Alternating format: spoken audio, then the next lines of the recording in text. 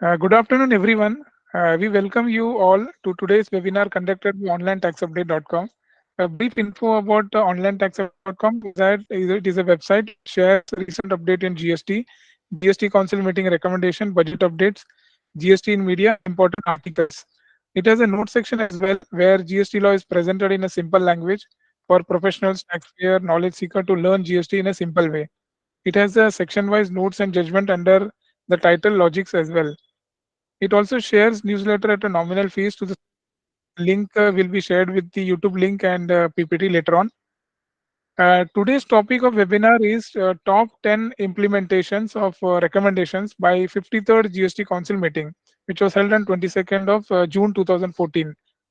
And today's faculty is Mr. Advocate CA Arup Dasgupta, sir. We warmly welcome you, sir. Thank you. A brief intro about sir is he is a FCA chartered accountant, LLB, ACS, that is company secretary, and CISA, ICACA US, and with more than 2 decades of experience and based out of City of Joy, Kolkata. He has hands-on experience in providing opinion and advisory services on indirect tax and company law matters to some of the leading corporates and MNCs with presence across India, and also from all core sectors, carrying out strategic review of business processes to evaluate the tax implication, undertaking litigation services, and appears before government authorities, tribunal, and high court. Almost 2 decades of practice as a CA, in 2023, he has started his legal practice as an advocate in the city of Kolkata and is appearing on matters of indirect taxation and cyber law before different authorities and also the tribunal and high courts. He has published articles in journals of various reputed professional organizations and leading online websites and has an article with more than 2 million views. Great, sir. He has trained student professionals, senior government officers, professional bodies, and trade bodies on GST and other IDT related topics across multiple states in India. He is passionate about providing solution to issues faced by trade bodies and also has been a partner in it since inception of GST, because of which he had the opportunity to represent before the Honorable Finance Minister, Ms. Nirmala Sitharaman Ji, Revenue Secretary, CBIC Chairman and members, CEO of GSTN, and other key stakeholders. This was the brief intro about sir. Now, without taking much time, let us go into the webinar. So, I would like to request Advocate CA Arup Dasgupta to take over the session. Over to you, sir. Thank you very much, sir. I think for the wonderful opportunity that we have in discussing about the recommendations of the 53rd GST Council meeting. And indeed, what many of the media are also saying, and I echo their voice, is that the 53rd GST Council meeting was a mini budget. So we have seen, just like we used to see in the good olden days, that in the budget, a lot of changes are coming in the VAT, I mean to say in the service tax or the central excise, or in the state VAT, it was coming in for the states. So similarly, for the first time, maybe 53rd GST Council meeting has come out with so many changes and challenges. So out of them, we have tried to select a few, say around 10 or 11, which we will discuss because for the paucity of time that we have, that we'll share around 10 top changes that have come. So just allow me 1 minute to just Sure, sir. Presentation. Yeah.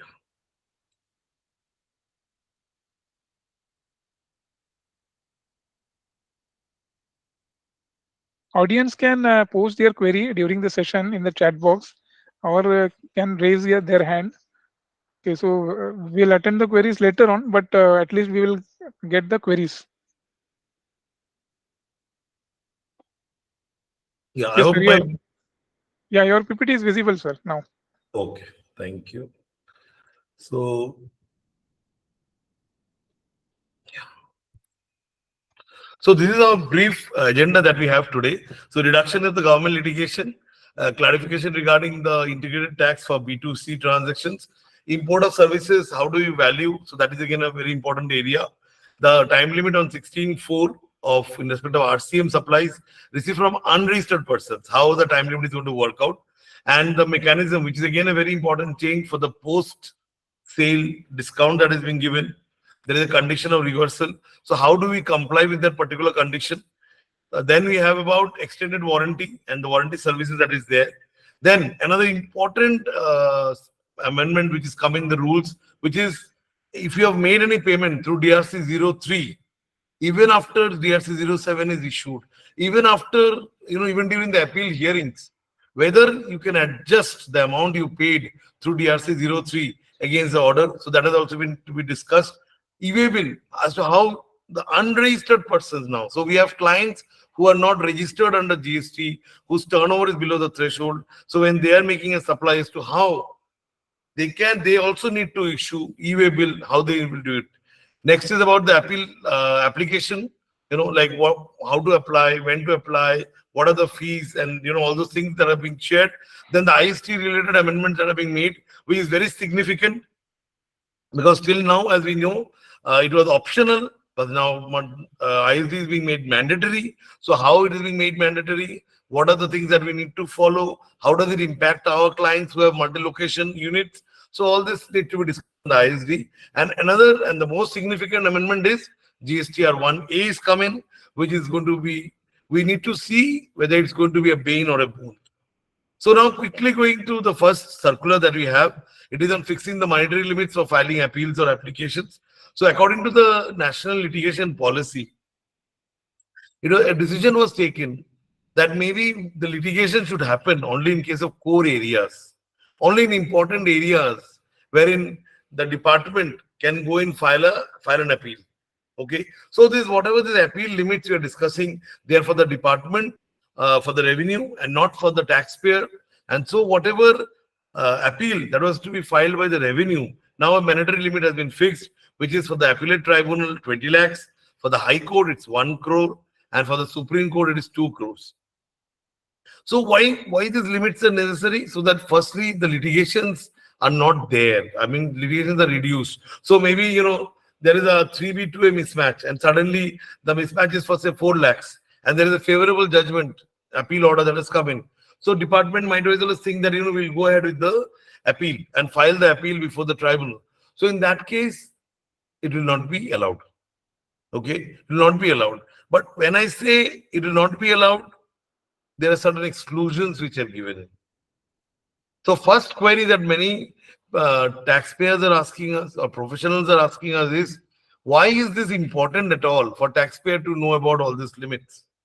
It is important for the taxpayer to know about all these limits because tomorrow if some appeal is filed against you in the appellate tribunal, which is going beyond the limits and it does not fall in the exclusions, then you can raise your voice and you can always take this technical ground in the appellate tribunal that this is not allowed as per circular 207 because when the monetary limits have been fixed. So what are the exclusions that are given? First is about the constitutional validity. So if the very basic challenge is about constitutional validity, say 16(2)(c) is being challenged, okay, and the appellate authority has upheld, yes, 16(2)(c) is not valid. Okay, so in this case, even though the amount is below the limit, say it's 20 lakhs or maybe 1 crore or 2 crores, say High Court has held that 16(4) is unconstitutional, it's not constitutionally valid. So even though the demand amount may be 15 lakhs or 20 lakhs, even then it will fall under the exclusion clause and the revenue can always go and file an appeal before the Honorable Supreme Court. Similarly, in case of recurring issues, so suppose, the same thing is happening again and again. So in that case, it cannot be said that, just because it's a recurring issue, so I cannot file the appeal. So because it's recurring, it's happening continuously, the limit cannot restrict me from filing an appeal in that case. Okay. So one thing is very important here in this case is that what we have seen, the circular is saying that in this case, you excluded, and then they've said if there's any interpretation issue, okay, then in any other case of issue, then the limits will not be working.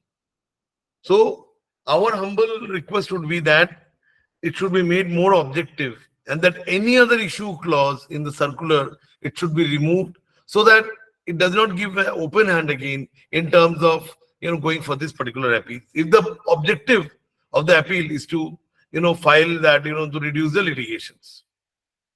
Okay, so appeals below monetary limit will not be filed under exception situations. Non-filing of appeal based on limits. So again, another important thing is that it cannot be taken as a precedent. So suppose there is a demand, so of 16.4, and say the amount is 10 lakhs, and revenue has not preferred an appeal before the tribunal because of this limit. So in another case where the limit is beyond 10 lakhs, say it is 30 lakhs, it cannot restrict the revenue from going in appeal before the tribunal just because in a similar matter they have not gone into appeal. Okay, so this will not create a precedent per se. Provisions ensure decisions not to appeal, do not set precedents against the government. So that is very important. So how is it helping? It's limiting appeals for smaller tax disputes, easing the workload on the courts and the resource. Of course, it will be reduced there. And another important thing is that they'll go on legal merits. Not only on the, so what happens in many of the cases, recently what happened in case of service tax, it was the export of services. The taxpayer won the particular appeal, okay, and the appellate authority was had gone through all the things in detail. They have given a speaking order as to why it is considered to be export of services, and then the appeal was allowed. But still, the department has gone into an appeal before the Honorable Sir.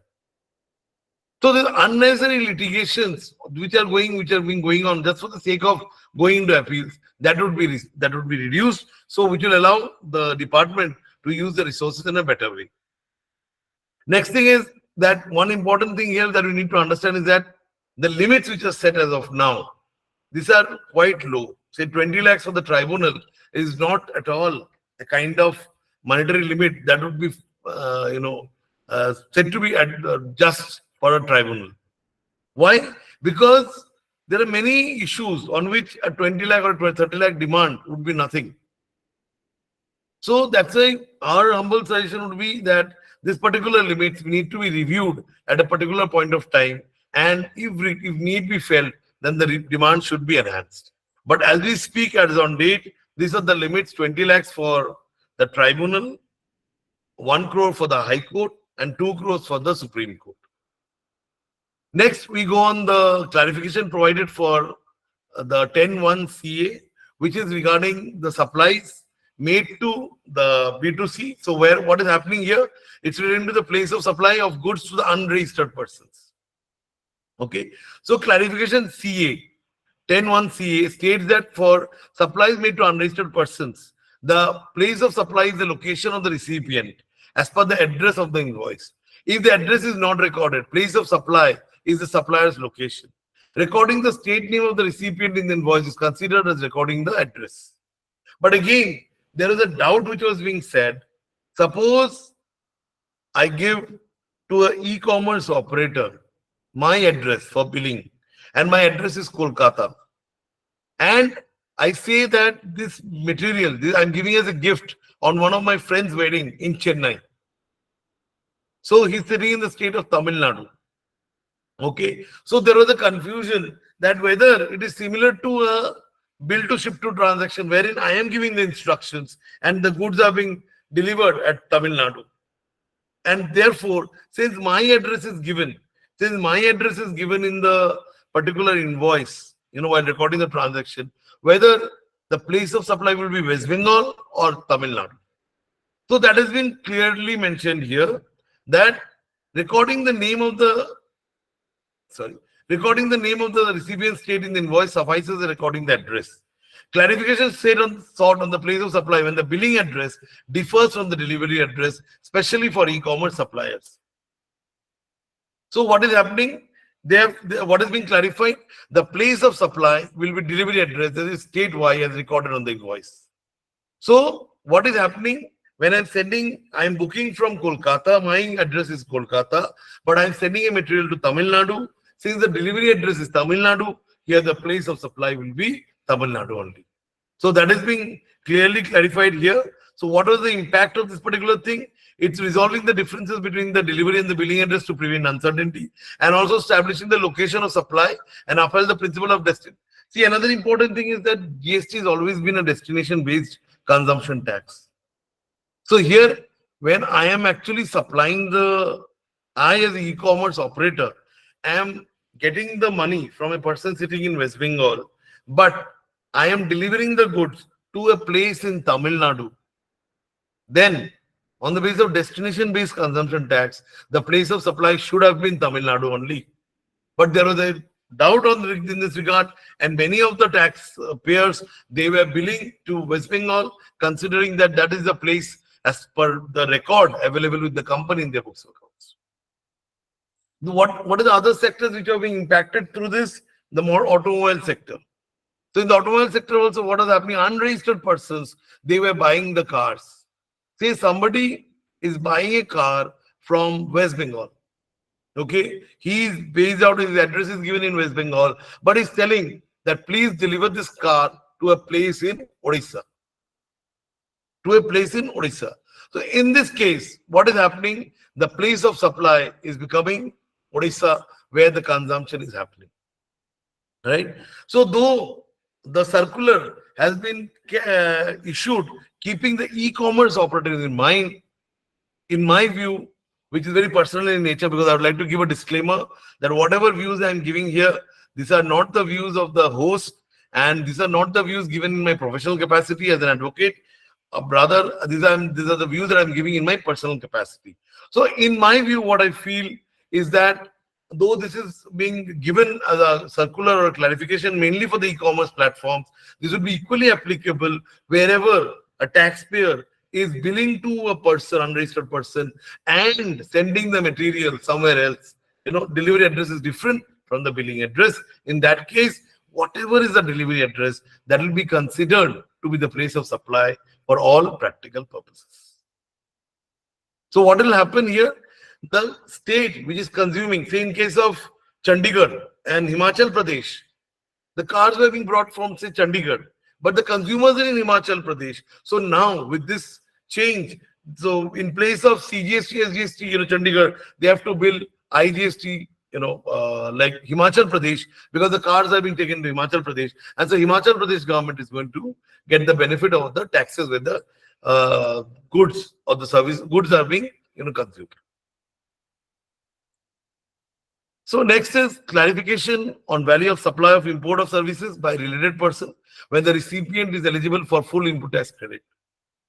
So what was happening here? We need to understand the genesis of this change, why this clarification had to be given. So there was a situation wherein many of the companies which are based in India, they were taking services, say from foreign companies. Okay. So what is happening in these cases? Say I'm getting an engineering service. I am a design firm. I'm getting my drawing design. So I design huge plant and machinery or equipment. I get my designs drawn from my head office, which is based in, say, UK. So now what was happening when I was importing the services from UK, I was actually paying the RCM on the amount which is billed by my UK counterpart, by my UK head office. But in many cases, a question was raised whether the amount charged by my UK counterpart or head office is the transaction value or not, whether it is an open market value or not. So all these questions were coming in. Okay, but just because we are a related person, my head office is a related person. So in this case, the value which was there, in that case, the question was raised that, since it is not an open market value, so we need to go by 28(1), we need to go by cost and cost plus 10%, and all those things need to be evaluated.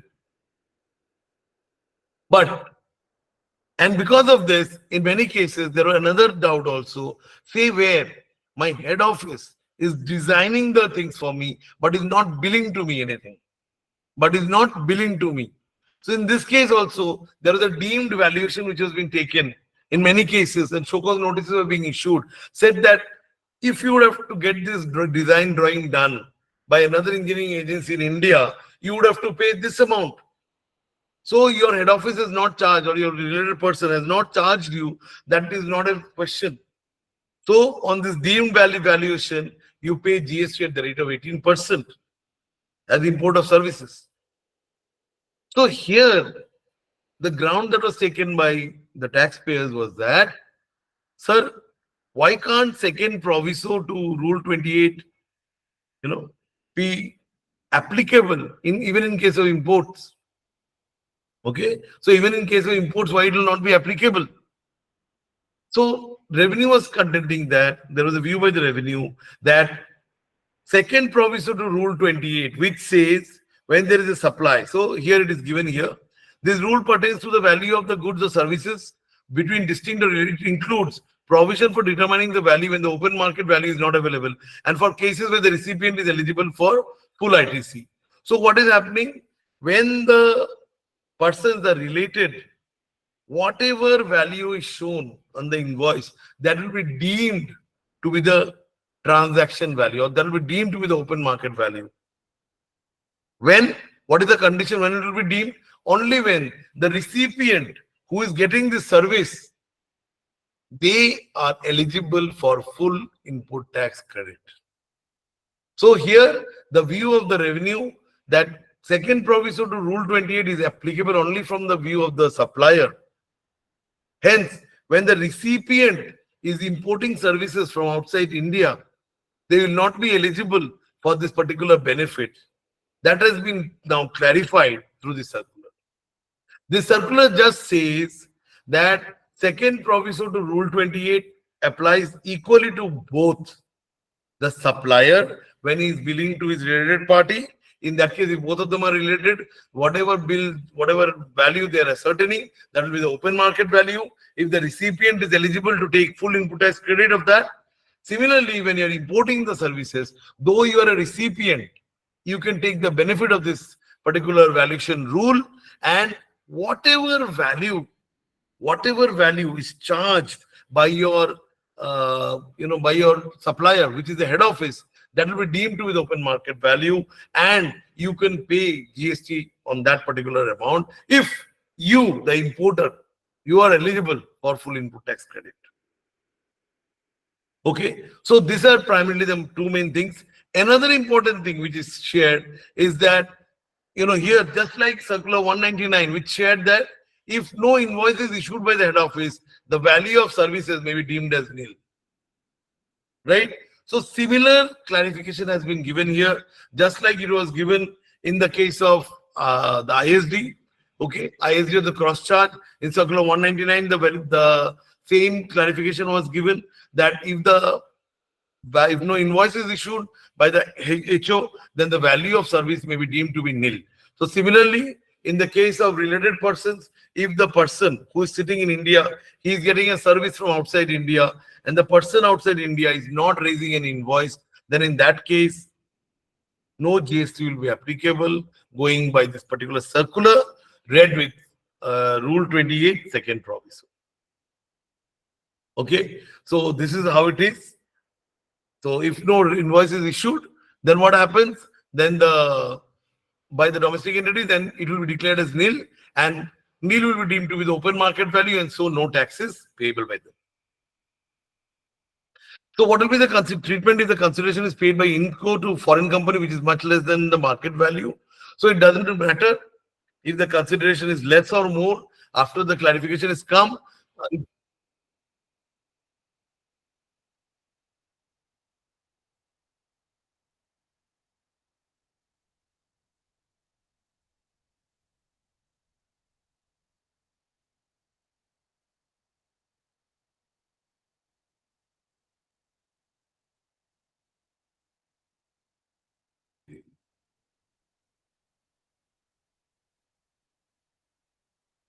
Yeah.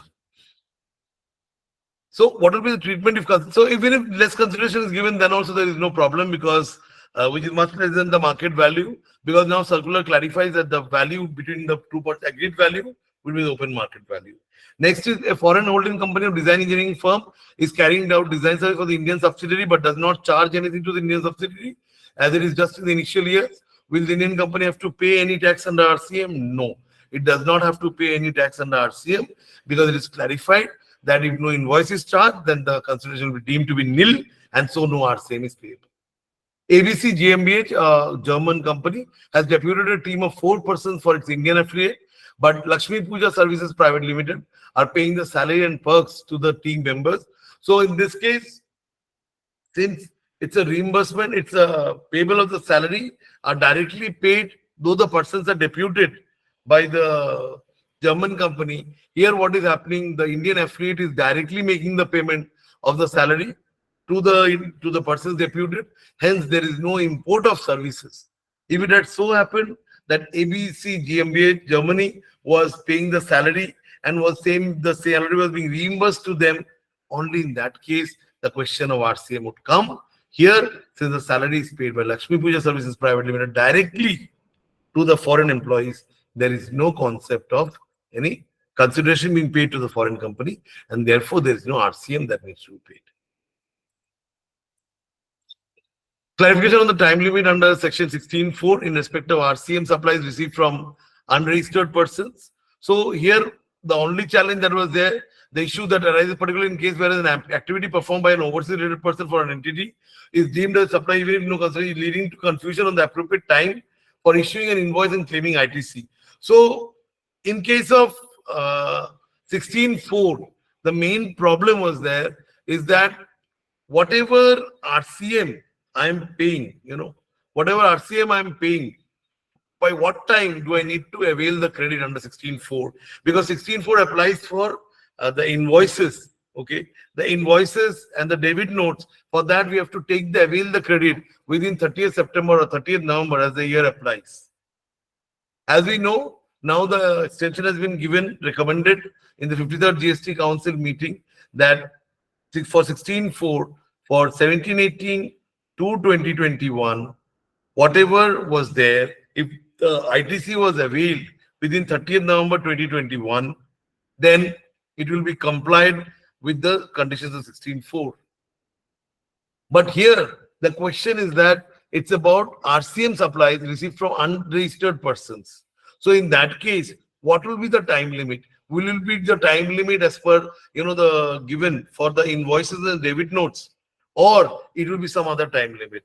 So here what has happened that indicates that some field formation consider so here what is the challenge? The representations have been given that whenever I am making the payment, that particular year should be the relevant year for me to avail the particular ITC. Okay.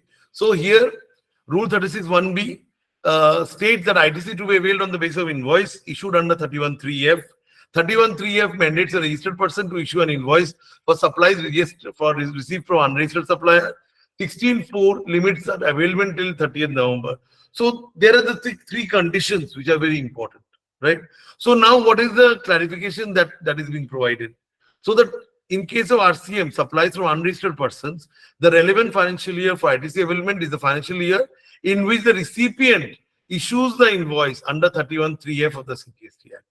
So for registered persons, the term could be the year in which the invoice is raised by the registered person. But in case of RCM, which is payable on supplies from unregistered persons, the limitation for application of 16(4) will apply on the basis of the self-invoice that I am raising under 31(3)(f). Okay, 31(3)(f) in whichever financial year I am raising that. Okay, so the relevant financial year for ITC availment is the financial year in which the recipient issues the invoice under section 31(3)(f). So there is an unregistered purchase which has happened, a supply which is received by me in the year 21-22. Now, in the year 24-25, I have realized that, I have to make a payment on that. So since in this case, I am making a payment in 24-25, I am raising an invoice under section 31(3)(f) in the year 24-25. The relevant time limit for the RCM availability is clarified to be the due date as per 16(4) for the year 24-25. So since I am making the payment in 24-25, raising the invoice in 24-25, so I can avail this credit within 30th November of 25. I hope this is clear. So what is being said is that only in case of unregistered inward supplies, where RCM is payable, the RCM credit can be taken in the year in which the tax is paid and the self-invoice is raised. However, a caveat has been given in the circular which says delayed invoice issuance will require interest payment on the delayed tax and may also incur penalties under section 122. Okay. So why 122? Contravention of the law. So one thing is clear that the ITC can be availed, but yes, for issuance of the invoice belatedly, interest may be payable on the RCM payment and penalties may also be imposed for not following the law. However, the ITC that needs to be availed. So 21-22, you have paid a legal fees. You have made the payment against the same in 23-24 financial year. So you can claim the credit of the same either in 23-24 or within 30th November of 24.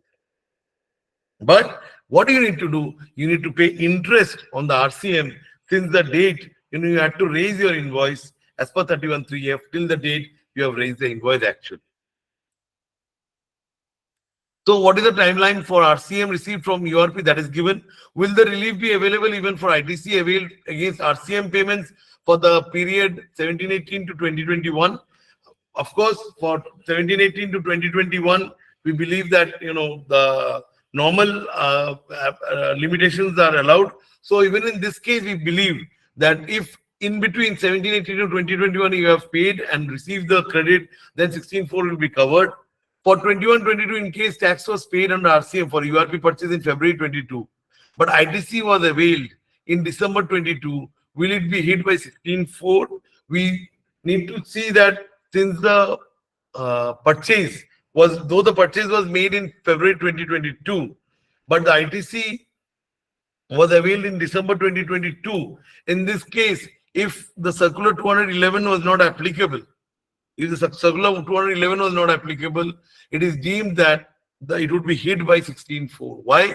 Because February 22 is for 21-22, and so I had to avail the credit by 30th November 2022. Since I have not availed the same within 30th November 2022 and I've availed it in December 2022, it will be hit by 16.4 and will not be allowed. Has anything changed for procurement of in-out supplies from our registered persons? No. As far as the purchase from registered persons is concerned, it remains the same. Whenever they are raising the bill, the timeline for availing the credit will be within the period connected to the particular invoice that is being raised by the registered person.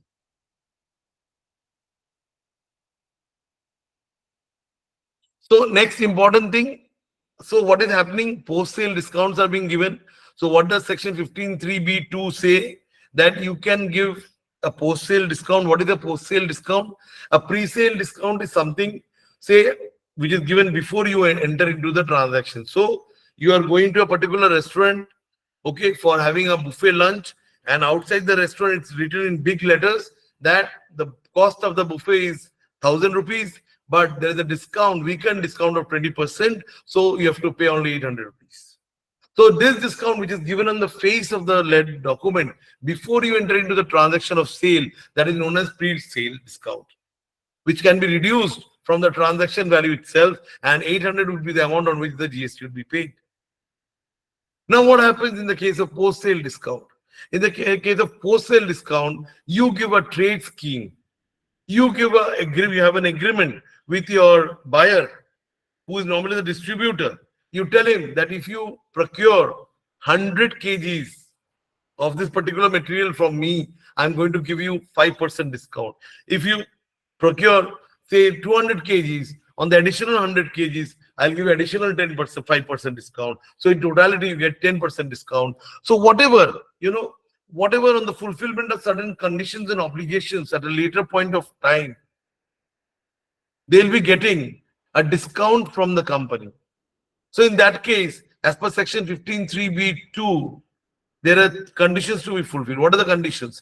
Discount must be established in terms of an agreement entered into at or before the time of supply. So either there is a scheme paper, there is an agreement before entering into the invoice. Okay. This agreement can also be oral or written because that's what the Indian Contract Act allows. Next, discount must be specifically linked to relevant invoices. Friends, in many of the seminars that you are attending, we are receiving questions that, Arup, this linking of invoice with the credit note, it has been done away with, since last 2020. So, in GSTR 1, we don't need to give the details of any invoices. So why is this linking here mentioned still? Is there a drafting error that was not done? No. We need to understand law is separate, procedure is separate. Law remains the same. In the law, it is mentioned that if you are issuing a credit note, it has to have some linkage with the parent invoice. The child, which is a credit note, it has to have some linkage with the parent invoice. In which invoice you had, and against which invoice you are giving the discount. So 15(3)(b)(2) says the second condition is that the discount must be specifically linked to some relevant invoice. Third condition, ITC attributable to the discount must be reversed by the recipient. So you are giving a discount to your recipient and the recipient has to reverse the ITC. Why? Because when you had issued the invoice, he had availed the ITC. When you are issuing a credit note and taking back the output tax from the government, so the recipient, he has to give back to the government the same money in the form of ITC reversal. Okay. But now what is happening? There is no method through which revenue can actually check this particular thing, whether the recipient has reversed the credit or not. Therefore, in order to bring in a verification, this particular model has been brought in till, the revenue is consciously thinking of a particular functionality which will be given, like we have the credit reclaim statement. A separate statement is given wherein whatever you are doing a temporary reversal and you're reclaiming, the adjustments are happening in that statement. So maybe in the days to come forward, we'll have a statement wherein you have to give all the ITC that you have reversed against the invoices, against the credit notes you have received from the suppliers. So till such functionality is in place, another alternative method is being developed, which is just like we had given certificates for mismatch between 3B and 2A as per Circular 183. Okay, similar certificates have to be issued even in case of this post-sale discounts. So either a CA or a CMA can issue a certificate saying that this particular, giving the specific details. What are the details to be given? That is clearly mentioned in the circular. Okay, like the invoice number, the credit note details, ITC reversal, details in which the payment has been made, whether the payment was made through 3B or through DRC 03. All these details have to be furnished, certified by the CA or the CMA. And friends, we need to remember here that if the tax amount is below 5 lakhs, so in that case, see, the certificate can be given also by the supplier. Now, one common doubt that may come to the minds of the audience here is, what would be this tax amount? Would it be CGST and SGST together, or it would be CGST separate and IGST separate? So please bear in mind, friends, that unlike Circular 183, in Circular 183, this was not mentioned, this is not defined, what is the meaning of tax. However, in Circular 212, the definition of tax has been clearly given, which states that tax would mean each individual head. Okay? Tax would mean the clubbing of all the heads. So, if, for example, if you have a C of 4 lakhs, S of 4 lakhs, under Circular 183, as there is no clarity, many of the taxpayers have taken a view that this should require only a certificate from the supplier because individually the tax amount is below 5 lakhs, right? But in Circular 212, this clarification has been given that if C is 4 lakhs, S is 4 lakhs, you have to club both of them. So 4 plus 4 is 8 lakhs. It is beyond the 5 lakhs threshold. So therefore, the certificate of the supplier will not work. You need to furnish only a circular of certificate by the chartered accountant. Now, questions are being raised whether what will happen for the past period. So we need to see, at least nothing has been mentioned in the circular clearly, but we need to see as to how this would go on. Maybe going forward, the authorities would require the taxpayers to furnish the certificates even for the past periods. Okay, so even for the past period, say for 2021, 21, 22, for post-sale discounts, when you are given a post-sale discount, maybe you would need to get a certificate from the supplier or a CA. Another important doubt that is coming in this particular area is that, is 212 applicable to anything other than discounts? Like say goods returned, price drop, so any other thing. Please bear in mind, if it is only a post-sale discount, then only 212 will apply and you need to get the certificate from a CA or a CMA or the supplier. If it is a credit note issued for any other purpose, like say in case of return of goods, so in that case you have to bear in mind that no certificate is required as per 212. So will tax mean C plus S plus I or only C, S and I? So I've already said it is C plus S. So all together it will be coming in, though it will not happen together. So will this apply to all CNs or only to post-sale discount? This I've already answered. Should the reporting for CN for discount then be made on gross basis in place of net basis? So we need to understand that whatever is the method of disclosure, whether you mention it as gross or you mention it as net, okay, so you have to remember that for all these returns, for all the credit notes that you are showing, in that case you have to give a certificate saying that this is the credit note issued by me and this is the certificate which says that the ITC has been reversed by the particular taxpayer. Okay, ITC in case of warranty and extended warranty services. So here I will not go much into detail because it is already discussed in the earlier notification, earlier circular. So till earlier, what was happening in the case of warranty and extended warranty services, as per circular 195, parts and spare parts, they were being left outside the ambit of GST. So it was being said, say I am a manufacturer of laptop and I give you the responsibility of being the service center of that laptop. And you repair some spare parts from the laptop, okay, and you send it back to me. I'm the manufacturer. So in this case, when you send it back to me or when you are supplying it to the end user who has brought the laptop, in either of the cases, there is no supply. Okay, if you take any service charge separately, even in the warranty period, you take a service charge separately from the customer. On that service charge, you have to pay the GST. But for any warranty or extended warranty services which is carried out by the service center, okay, and for which the equipments are reimbursed by the manufacturer, so in that case, or the money is reimbursed by the manufacturer, so in this case there is no GST. Why? Because the cost of this particular warranty services and extended warranty services is already included in the project cost, in the product cost, or the cost of the extended warranty. Okay, it's not a separate supply. Only thing that has been clarified through circular 1216 is that in case of, apart from parts also, even if I'm changing a whole equipment, say a laptop, it is being brought, I have sold a laptop and the person went to his home and saw that the laptop is not working. He brings it back to me. So in this case, even if the service center is replacing the defective laptop, it is a goods as a whole, not parts and spares. Even in that case, the circular will equally work.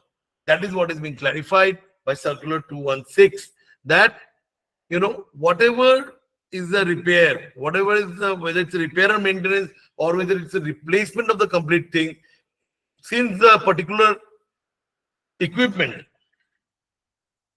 okay, since the particular equipment has been brought, has been substituted or replaced to the particular recipient, in that case also the GST would not be applicable, because whatever goods you're replacing, you're getting the identical goods from the manufacturer.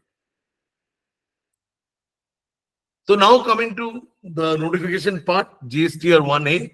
So what is being told, that sometimes it happens that you forget to upload a particular invoice in GSTR 1, or you upload a wrong here. You upload a wrong invoice. So the invoice was of 70,000 and by mistake you have uploaded an invoice of 7,000 only in GST 1. So what will happen in the 2B GST, in the 2B 70,000 will auto-populate. So now your recipient in the new structure of things, when he has to take the entire credit of 2B in his 3B, he will be facing a lot of problems. Why? He will have to take 70,000, then reverse 70,000 and temporary thing next month. When you again amend that particular invoice from 70,000 to 7,000, then what is he going to do? Will he take back the amount in all other ITC and then reverse 63,000? So what will happen? So that was creating a lot of confusions, especially in case of amendments. Whether it's a credit note or of invoices or debit notes, especially amendments were becoming a problem, and also in some cases the reflection was not done. So now 1A has come. So even after the due date of 1 till the due date of 3B, whatever data is being uploaded by the supplier in 1A, that will be auto-populated in the 2B of the recipient. Okay, so any changes that are being made, say what happens, you file your 1, maybe on the 7th, okay, and then you get to know that there is a particular invoice which is not uploaded. So you can always upload it between the due date of GSTR 1 and the due date of GSTR 3B when the auto-population happens. So you can upload that data, and once you upload the data in the 3B, the correct figure will come. So I've uploaded an invoice of 70,000, and when I am actually raising it, particularly I'm amending it to 7,000 through GSTR 1A, the correct 7,000 credit will flow to my recipient. So corrections can be made quickly. Next is lesser disputes with clients and customers. So what was happening because of this 70,000, 7,000 becoming 70,000, there are huge disputes with the customers. They are not paying the money. They are saying that, when it is not uploaded, so they are saying the invoice is not uploaded, so we will not make the payment. In some cases, when there are mistakes, they were not making the payment. They said, correct the mistake, then we'll make the payment. Third is lesser litigations. Since you are already uploading it in the month in which it has to be uploaded, there are no interest that need to be paid for late reporting of the invoice. Secondly, there are mismatches. In 1 month, there is a gap of 3B versus 1, where the 1 may be higher. In the next month, 3B is higher. But in the month where 1 is higher, questions are being raised, notices are being issued as to why there is a balance in your 1, but you have not paid the amount in 3B. Next is about e-invoice auto-population. So we are keen to know that, okay, these corrections are okay, but what will happen when the e-invoice is already auto-populated? Can we do corrections in the e-invoice also? That needs to be clarified. Next is about the 3B auto-population.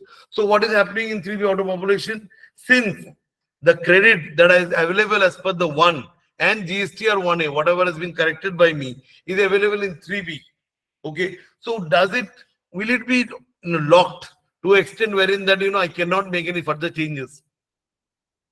So that also needs to be checked. Number of times of corrections. So again, this is another important area which is being thought to be a cons, that once I amend it in my GSTR 1A, after that, can any other further amendment be done? To the best of my knowledge, as per the notifications that we could go through, the other corrections cannot be made, and one invoice can be amended only once. So we have to be very careful while filing GSTR 1A, so that whatever correction is made, it has been made properly. So the next time correction is not required in that for the particular invoice. This is again a very welcome change. So as I was sharing, that you have made the payment. So what is happening here? You have made the payment of tax, interest, penalty, etc. through form DRC 03.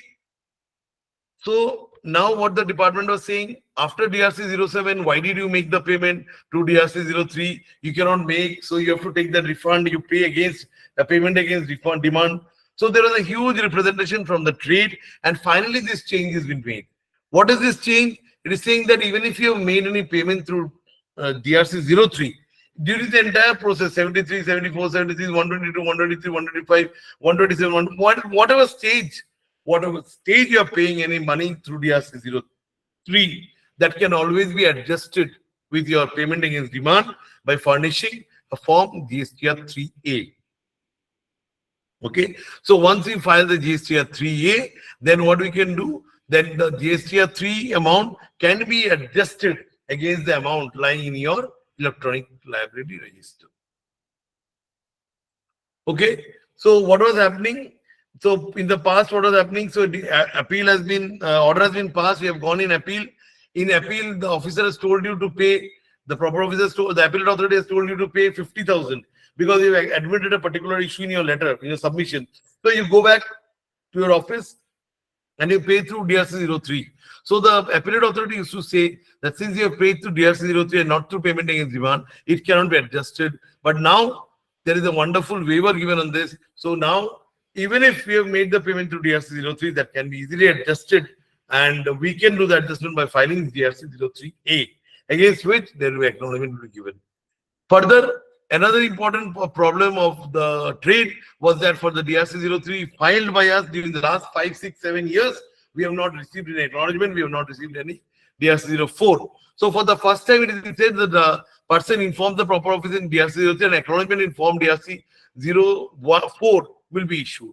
So as soon as you file a DRC 03 or DRC 04, which is the amendment of the DRC 04, DRC 03, that will come, and you'll come to know as to why that particular amount has been paid and for which year it has been paid. All these details will be given in that particular challan, and so you can file the details in DRC 04, and based on this, the proper officer can take a decision as to whether the registration can be valid or non-valid. If they have to take all the decisions, they can always take that decision.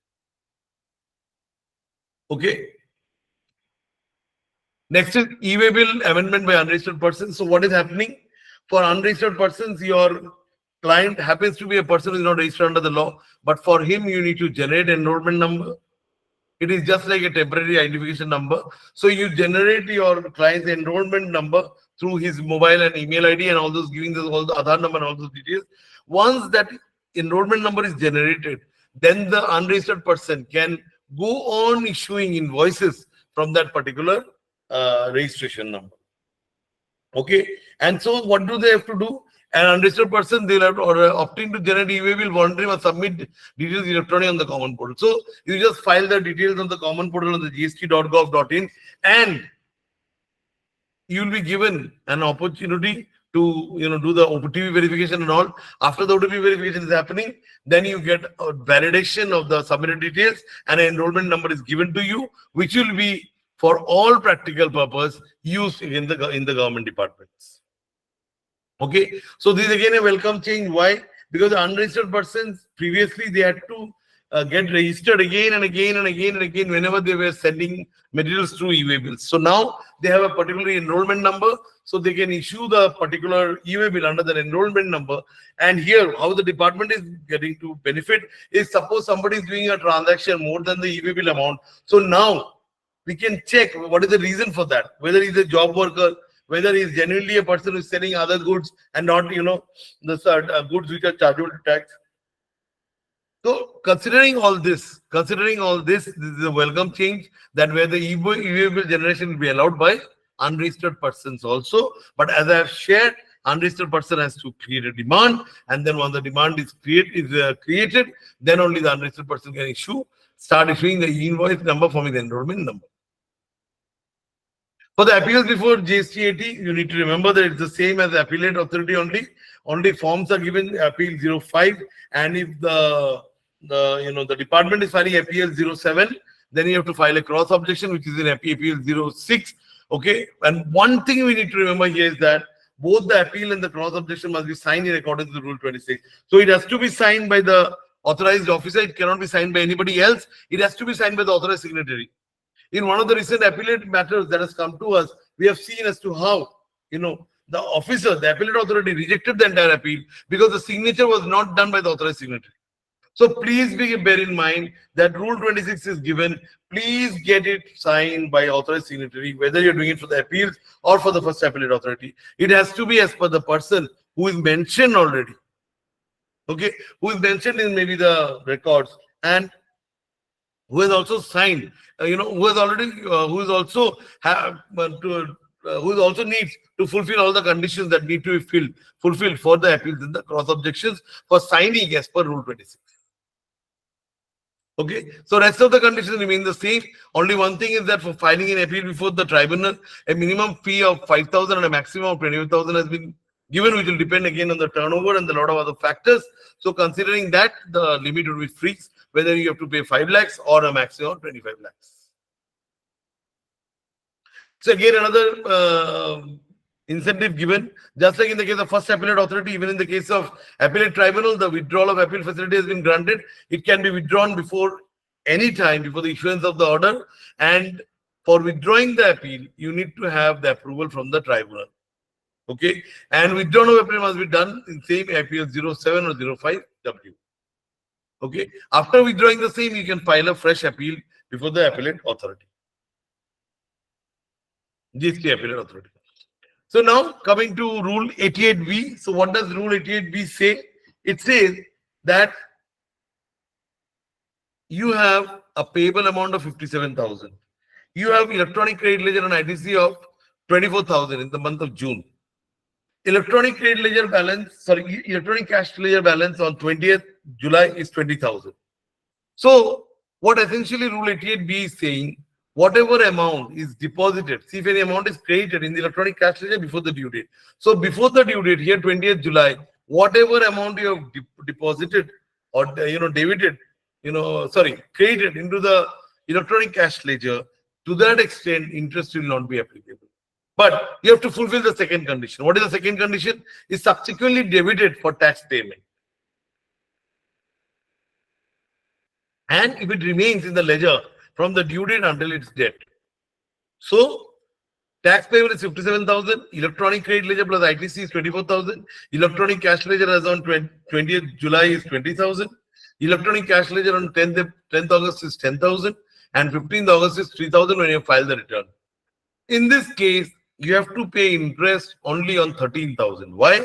Before the due date, you had 24,000 in your electronic credit ledger and you had 20,000 on the electronic cash ledger. So whatever amount is there on the electronic cash ledger, and if you utilize that particular amount while filing the credit on 20th October, maybe or 15th October, you're filing the return, 15th August, you're filing the return. On that date, if the electronic credit ledger, cash ledger balance is still there, then no interest will be payable.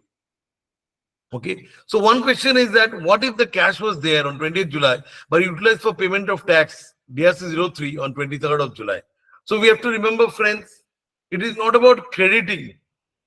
It is also about remaining in the ledger from the due date until its debt. So just like in the case of availed and utilized, we check for a continuous period. When you are calculating the benefit of 88B, you need to check whether the balance in the cash ledger has never defaulted below that balance during the period when the delay happened for filing of the GST 3B. Okay, I hope this is clear because this is a very important thing. So what we need to keep in mind, first, it has to be created before the due date, or it can be availed. Say you get GST TDS. So once you accept the TDS, your cash ledger balance increases with that. So either you can get that amount created. So whatever amount is there, it needs to be created in the cash ledger before the due date. Firstly. Secondly, it has to be debited. So you have to pay the tax to the tax amount, and during this entire period, it should remain in your ledger. Coming to input service distributor, what is the difference here in the definition they have done? Is in the definition they have amended. This was done in November 23 itself. What is the definition? What is the change? They have said on behalf of distinct person referred to in section 25 and liable to distribute. So two things have been brought in. First, invoices issued under RCM 9394, whatever liability is there, that can also be distributed, and on this the tax has to be borne by the ISD, by the taxpayer who is having the registration in the same state in which the ISD is there. Okay, or the ISD can also pay the RCM. So that is again what is being given here. But since this is a challenge that RCM, the ISD cannot make any payment other than the late fees. Therefore, this benefit is given that in that particular state, wherever there is a common registration,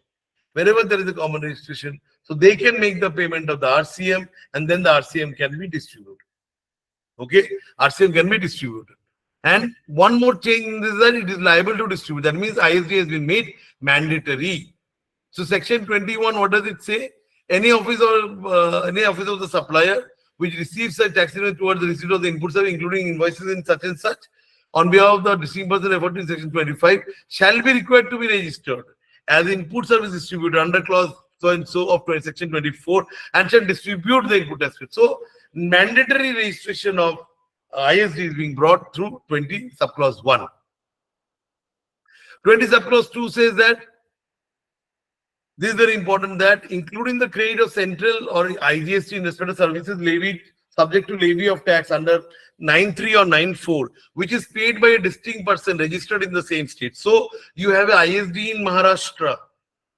You have a separate registration in Maharashtra, regular registration. So the regular registration in Maharashtra can pay the RCM,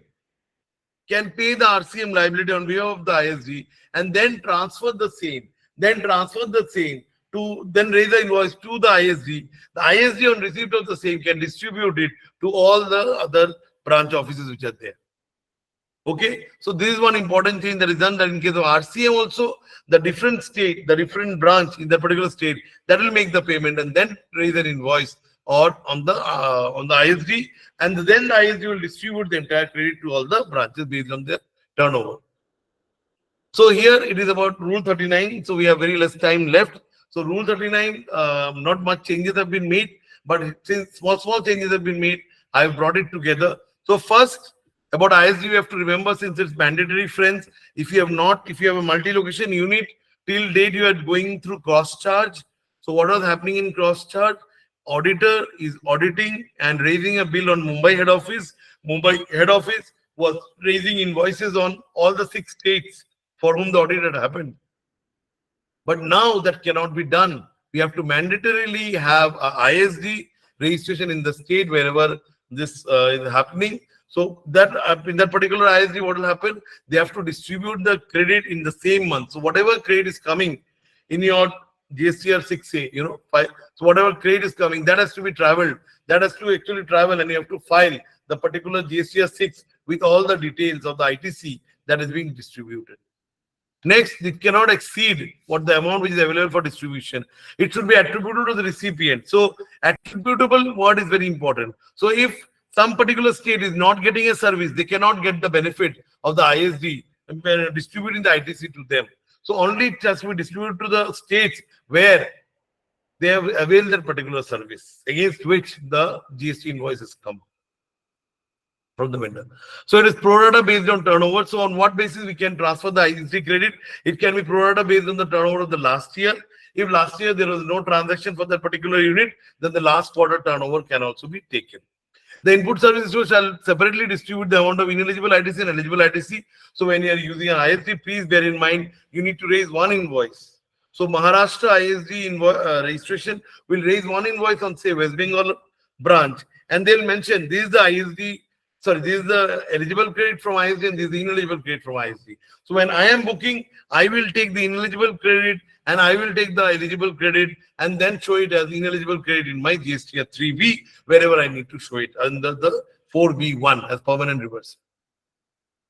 So next is that the ISD shall issue ISD credit. So whenever there is an invoice, it has to be issued, and whenever there is a credit note, the credit note has to be issued for reduction in the ITC. ITC required to be reduced due to issuance of the credit note to the ISD shall be apportioned. Again, another doubt was being raised that I have issued the ISD invoice, ISD credit as per the turnover of the last year. So in what ratio should I transfer the credit note, to all the states? So it should be apportioned to each state in the same ratio as in which the original invoice was issued for that particular credit note. So here it's a very tedious task because the credit note may have to be issued for 10 ISD in different invoices. So now we need to check on which invoice what ratio is applicable. But since I'm sure because the ratio would remain the same per se for the last year's turnover for all the states, so I think it should not be a major issue here when the apportionment has to happen in the ratio of the original invoice. So these are again some of the amendments that is done. So supplier of services having the same PAN as the ISD, value of turnover reduced by duty or which is charged. So that is there. Financial year for calculation of the limits, the proportion. So suppose I have 3 states, A, B, C. and turnover of A is 40, turnover of B is 20, and turnover of C is say 30. So in this case, what is happening? 40 plus 10, 50 plus 10 for plus 20, which is plus 30 is say 80. So whenever I am distributing, I have to distribute 40 divided by 80, 10 divided by 80, and 30 divided by 80 into the ITC. That is how I have to distribute it to all the ISDs. Okay, so how do you find the relevant period? Financial year during the preceding the year. So on what basis we have to calculate? That has been given. Financial year preceding the year during which the credit is to be distributed if the recipient of turnover. Last quarter with the available turnover details if some or all the recipients do not have turnover in the preceding financial year. So if the turnover is not available, then last quarter. If turnover is available for the financial year, then the last financial year has to be taken. So thank you very much. I have taken maybe 5 minutes extra. So now I would like to take any of the questions that are there from the participants. Nicely explained all the amendments, sir, in a simple and understandable language. Sir, we have a query from Dilip Goswami, sir. So we Yeah. will make, let participant. Dilip, sir, we have enabled you. You can unmute from your end and raise the query. You seems to be in mute mode. Please unmute at your end. Hello. Yes. Arun sir, thank you for your presentation. And there is one query from my side. Yes. So I have got a notice in September 23 regarding expect salary matter. Okay. And I have deposited the tax from July 2017 to March 23 in Okay. June 23. Okay. So after that, I have got the notice when I was adjusting from the RCM input. Yes. So in July month, I have not paid the other regular set output tax. So I was adjusting from the RCM. So after that, I have got the notice in September month. Okay. So as per your presentation, now we can take the ITC. So is there interest also applicable on that? Interest and penalty part that I need to pay. Yeah. So yours is a case of expat, as in your expats are they're sitting here, right? Yeah, Okay. And so your foreign company has paid their salary and you are reimbursing to them. yeah. On debit note, we have paid all the RCMs. So you have paid the RCM. Yes. So now, yeah, that is what they are saying. Now you can take the credit for that. But you have to pay, yeah, the interest has to be paid. So interest has to be paid from July 2017. Yeah, if your RCM invoices for July 2017, then the interest will be payable from July 2017. But you can take another ground. So in this case, have you paid already all the taxes or some taxes are also pending? No, I have paid all the taxes up to March 23. Okay, then only one solution is there, that for that 128 which is coming. Is the notice issued under 73 or 74? 74, sir. Oh, then you don't have the benefit of section 128 also. Yes. Yeah, so in that case, then you have to pay the interest from 17 actually. Or penalty also need to pay. Under 74, yes, penalty will also be applicable. Okay. But you It can means always file an appeal saying that. So what was the valuation taken, that needs to be seen. okay. What is the valuation? So you can contact sir. Sir has my number. So maybe you can take this, sir. You can take this query offline also. Maybe then I can help sir with that. Whatever is to be done. I Okay, can help sir. you with query also. Okay. Thank you, sir. Thank you, sir. Okay, so we have another query from the Ashwin, sir. Yeah. Ashwin, sir, we have enabled you. You can unmute at your end and raise your query, sir.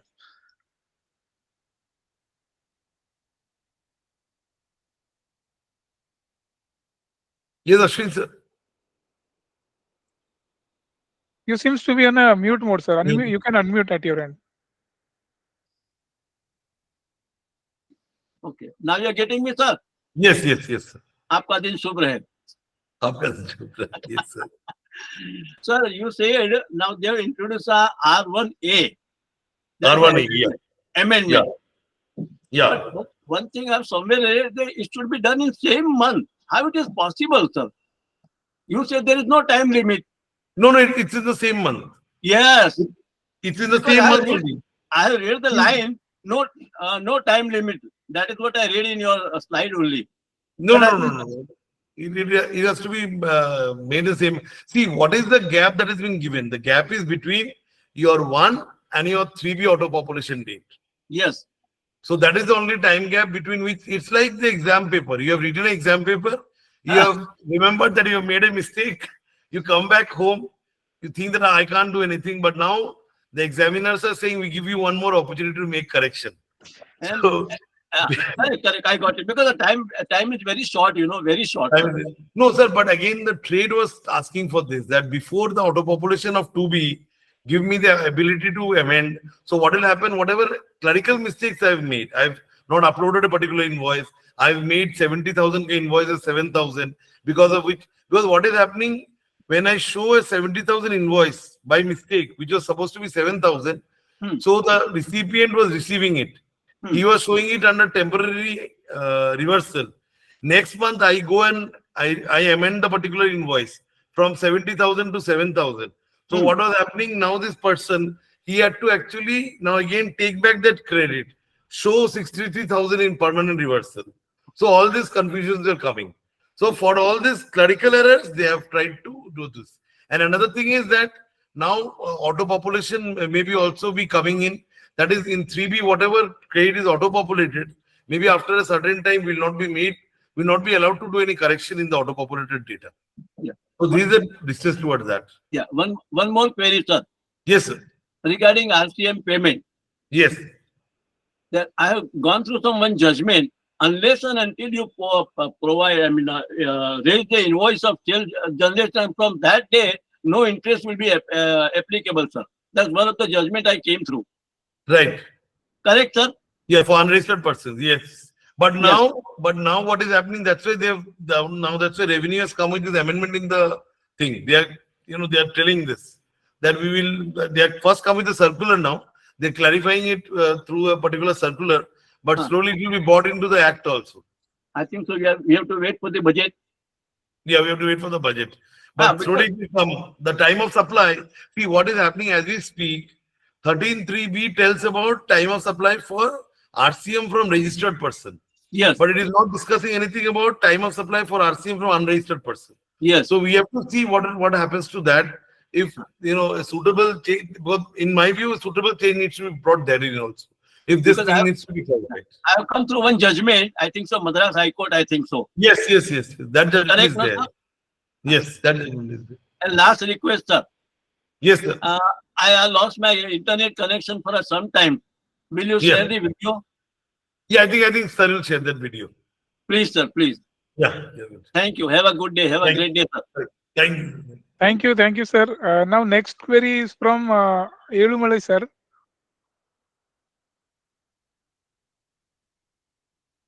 Yes, sir. We have enabled you. You can unmute at your end and raise a query, sir. Sir, good evening, sir.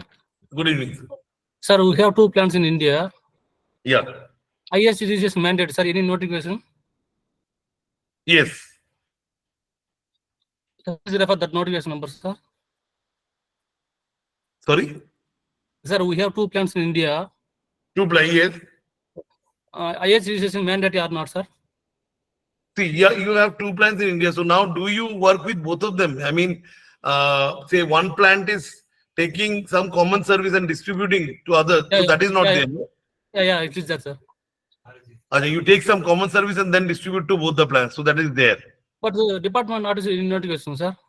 Still not issued any notification for ISD mandate registration purpose. No, the notification is not being still mandated.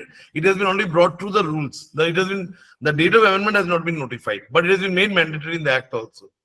But rule is there, but notification not issued.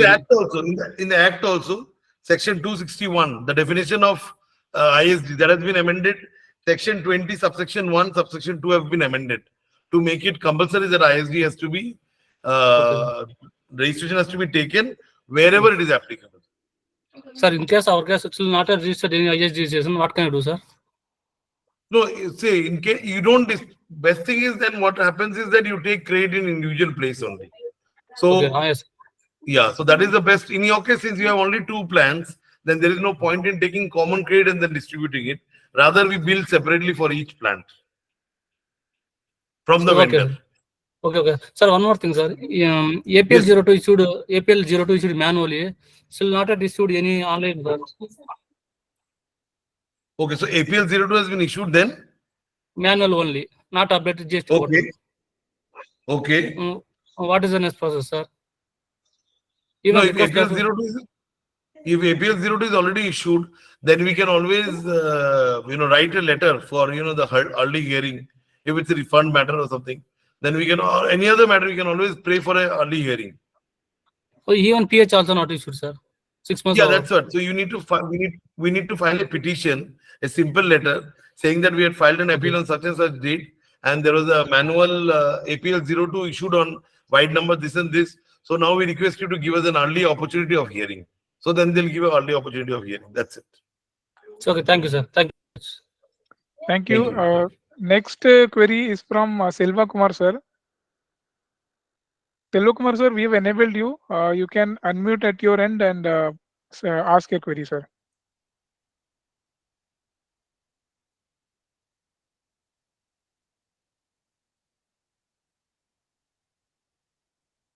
I think sir is not there, I think. Okay, so we'll go to Rajat sir.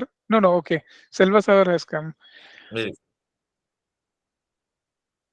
You are in mute status, sir. You can unmute at your end. We have enabled.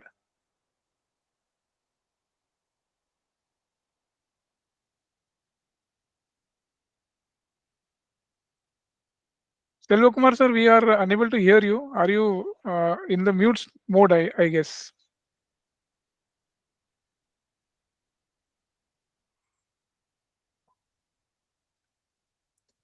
Okay, we move on to Rajat sir and then we can come back to Selva sir when he's available. Yes. Okay, so Rajat sir, you can unmute at your end. Good afternoon. Thank you, Mr. Arup. Actually, it's really an excellent presentation and it's very enriching also. My question is regarding the appellate tribunal, appeal to the, because it's yet to be formed, and Yes. section 112 amendment is also awaiting. So here in the last recommendation by the 53rd meeting that the pre-deposit will be reduced from 20 to 10.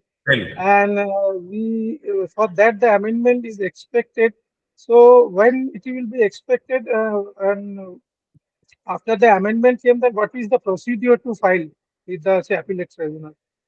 Yeah. So the amendment in the section 112 will happen only in the budget, which will happen on 23rd July. So we are expecting that by end of August or maybe mid-September, the act will be amended after it has got the approval from at least 50% of the state. So only after that it will come. So only after that the reduction will happen in the 10% rate. And about the process for appellate tribunal, as of now, they have just gone with the fees and said that, like within how many months we have to submit and all. The detailed process that will be shared in, I think, once the rules are framed for the appellate tribunal. Okay. I think how many So we have to wait for the amendment, no? Yeah, we have to wait for the amendment till it will come by August end or by September middle. Thank you. Thank you. Thank you, sir. So our next query is from Muthukumaran sir. Sir, you can unmute at your end and ask your question, sir. Muthukumaran sir.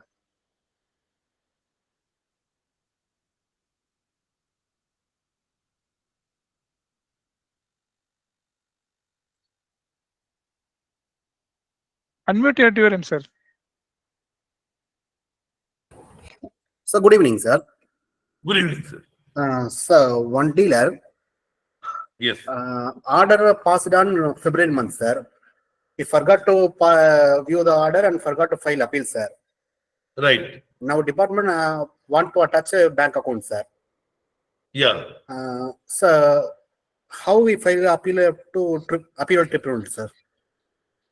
I want to file appeal to appellate tribunal, sir. Is the bank account already attached? No, sir. Officer Okay. want to attach bank account. Okay, so first we need to do is we need to file an appeal now to the appellate authority. Sir, but the continuation period also over, sir. Yeah, still you have to, you can file a delay continuation letter. Okay, With sir. the delay continuation letter, you can file an appeal. Okay, So sir. how this will help? This will stop your provisional attachment firstly. Okay, sir. Okay, sir. And so once you do this, the appeal will be rejected by the appellate authority. Then Okay, if the amount is sizable, then what we are suggesting is to go to the High Court and take a stay from the High Court. Okay, sir. Okay, sir. Thank you, sir. Thank you. So last query from Selva sir, but I think he's. Hello. So can you speak, sir? Yeah. Yeah, come. now we can. Yeah. Okay. Sir, good evening, sir. Sir, good evening. Good evening. Good evening. Sir, if in the GST only, if we are not able to amend the within the period stipulated period, shall we amend the same on the for the next month? Yes, sir. See, the amendment can always be done, but the thing is that within that particular period only, if we amend, then only it will come in the 2B. If we amend after the due date for the auto population, say we amend it in the month of, say on 15th or 16th of the month, then it will come in the next month 2B. It will not come in this month's 2B. We cannot So suppose, amend the same. We cannot amend the same to the next month. no, it says suppose there is a bill of June, month of June. Say 6th June, Yeah. there is a bill of 1 lakh rupees. So by mistake, I have shown this as 10 lakhs. Okay. So now I can, if I make the amendment within 13th of July, then the amendment will come in the June 2B. 3B. June 2B. 2B. Yeah. 2B. Okay. So it will come and then I can show it in the 3B, it will be there. But suppose I do it after 13th July, suppose I do it on 17th July, then it will come in 2B of July month, which will come to me on 14th August. Next month. Next month it will come. Next month. So if we are not able to, we can find only after the 3B filed. Shall we amend the same on the next month? Yeah, it will come in the next month. We can amend the same in next month. If the invoice date is June, if we have forgotten to correct the same in the same period, shall we amend the same in the July month return? Yeah, that is better. That is better. That is better to do in the next month direct one. That will be auto-populated in 2B. Yes. Sir, That one will more be question. better. So One here more question. only thing is that if the amendment is fruitful only when we do the amendment between those days, between GSTR 1 day and the 3B date. Auto-populated date. Yes. So one more question, sir. Yes. On 10th July, current year, 10th July 2024, we have the electronic credit ledger in 2,18,000. Okay. And credit ledger CGST, SGST is 2,20,000. Okay. But on the after filing the GSTR 1, we are filing the 3B return on 17th July. Okay. It reduced to 1,80,000 an hour and 1,83,000 an hour. Okay. How we can find out the shortfall in the cash ledger, electronic cash ledger? That is So have you downloaded the 37,000 cash? So have you downloaded the cash ledger? We can download the cash ledger from the system and check why these differences happen. Whether there is any debit or attachment by the government. Sir, we have taken the screenshot of the set period, 2 periods. Yeah, so you can if you can download the cash ledger. If you see that there is no movement, this has just happened because of technical glitch, then we need to file a grievance with the GSTN. Sorry, I am unable to. So first we need to check that what is the reason for this difference between the first date and the last date. If the reason is not clear, then we need to file a grievance with GSTN in the comment the grievance. Oh, okay, thank you. Okay, so this was the last query, and there is no query further. So we'll go to the closing remark. Thank you so much, sir, Arup Dasgupta, sir, for such a wonderful session. You have explained all the amendments made pursuant to this 53rd council meeting, and I hope all the attendees must have enjoyed the session and got good insight on the recent amendments. So until we come with a new webinar, thank you audience, and thank you Arup Dasgupta sir for your valuable time and sharing the knowledge with us. Thank you so much. Thank you. Thank you.